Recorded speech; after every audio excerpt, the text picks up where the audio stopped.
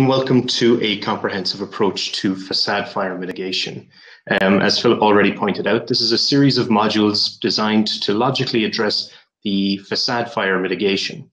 First module from last week addressed fire resistance, and in today's module, we're going to look at fire propagation in facades. The third module, next week, will look at reaction to fire and how that feeds into what we've already discussed today and last week. And then our fourth and final module, 2 weeks from now, we'll look at the consultancy process in facades and their inspections. So a little bit about myself, as Philip already covered. My name is Edward Gaynor. I studied fire safety engineering a long time ago in university, but I've been in the region for 10 years now, working with manufacturers mostly, and now I'm the regional manager for BRE Global, the building research establishment, helping to support LPCB third-party certification. So about today, I kind of want to add a little bit of context about the things we're going to be discussing and what our speakers and presenters will be covering.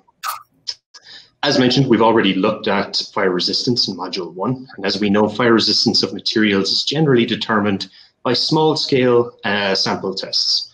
These small-scale fire-resistant tests of facade materials are hugely important in determining the viability of their use. These initial tests are often the first step in a company's research and development for determining if certain materials can be brought forward for full-scale testing.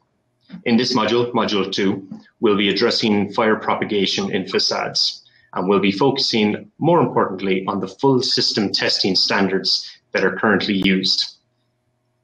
As you know, fire propagation in facades is a major issue, not just in the Middle East, but throughout the world of the built environment. And today we're going to talk about fire protection standards being used here in the UAE, but also abroad, which are designed to limit and mitigate the risk from an eventual fire.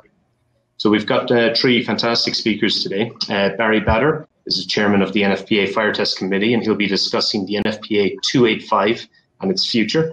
Dr. Mustafa Jafarian from Warrington Fire. He's going to lead us in a discussion around the recent changes in BS 8414, but also the introduction of BS 9414. And finally, Beth Tubbs from the ICC will discuss facade fire safety in the International Building Code. Now, as we carry out our discussion today, any questions that pop into your mind, please take a moment and write them down in the chat box. And what we'll do is we'll gather them, and at the end of the three presentations, we'll have a Q&A session for as long as people need to stay around, and we'll cover the questions as they came in. So I'll stop sharing my screen. And is Barry available? Yes, can you hear me?